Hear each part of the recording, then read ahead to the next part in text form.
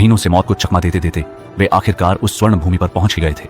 जैसे ही जहाज किनारे लगे, नाविक पागलों की तरह जमीन पर कूद पड़े।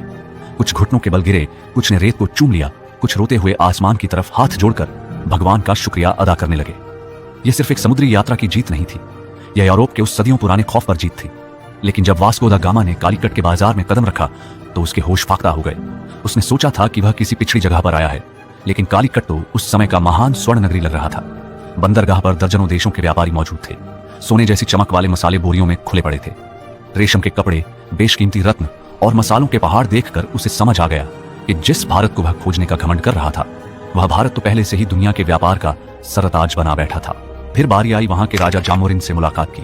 राजा अपने भव्य दरबार में ऊंचे सोने के सिंहासन पर बैठे थे। उनका शरीर बेशकीमती गहनों और हीरों से लदा हुआ था। उनके सामने खड़ा था वास्को दा गामा, जिसने महीनों से ठीक से नहाया तक नहीं था और जिनके कपड़े फटे पुराने थे।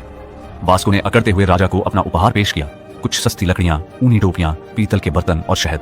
दरबारियों को जोर की हंसी आ गई। उन्होंने सोचा, अरे भिखारी, ये क्या कबाड़ उठा लाए हो? लेकिन राजा जामोरिन बहुत शांत और समझदार थे। उन्होंने भारतीय संस्कृति के अनुसार इस विदेशी मेहमान का स्वागत किया और उसे व्यापार करने की अनुमति दे दी। वास्को दा गामा को अभी यकीन नहीं हो रहा था।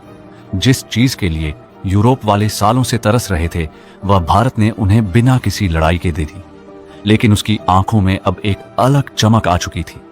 वह सिर्फ व्यापार करने नहीं आया था, उसने कालीकट की अपार संपत्ति देख ली थी और उसके लालची दिमाग में अब एक शैतानी योजना पक रही थी।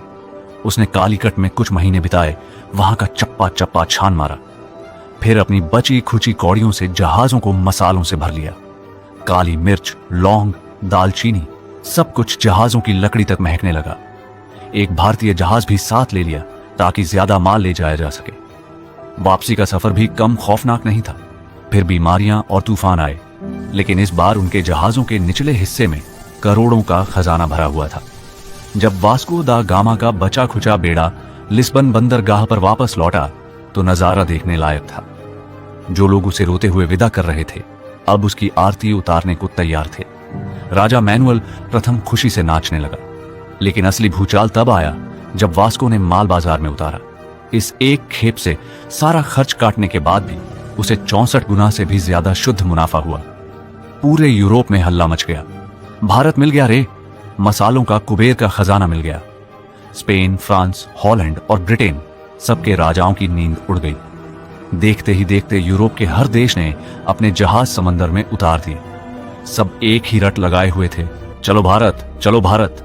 लेकिन यहीं से इस कहानी का सबसे स्याह, सबसे खौफनाक अध्याय शुरू होता है। वास्को दा गामा ने जिस समुद्री दरवाजे को खोला था, वह असल में आफत का पिटारा था। पुर्तगालियों ने, जिनका राजा जामोरिन ने अतिथि मानकर स्वागत किया था, उन्होंने व्यापारिक चौकियों को किलों में बदलना शुरू कर दिया। तोपें तान दी और समंदर पर दादागिरी शुरू कर दी। उनके पीछे डच आए, फिर फ्रांसीसी और अंत में सबसे शातिर अंग्रेज। अब उन्हें सिर्फ मसाले नहीं, पूरी सोने की चिड़िया चाहिए थी। उन्होंने भारत की रियासतों को आपस में लड़ाना शुरू कर दिया। भारत का वो शांत और वैभवशाली तट, जो कभी रेशम, मसालों और संस्कृति के आदान प्रदान का केंद्र था, अब बारूद की गंध, तोपों की गूंज और कूटनीति के गंदे खेल से दहलने लगा। जिस देश ने अपनी महान उदारता के चलते एक फटे हाल थके नाविक को पनाह दी थी, उसी देश को इन व्यापारियों ने अपनी गुलामी की बेड़ियों में जकड़ लिया। व्यापार के नाम पर लूट का ऐसा नंगा नाच शुरू हुआ जिसने दुनिया के सबसे अमीर देश की कमर तोड़ दी। सदियों तक भारत के माथे पर उपनिवेशवाद का कलंक थोप दिया गया।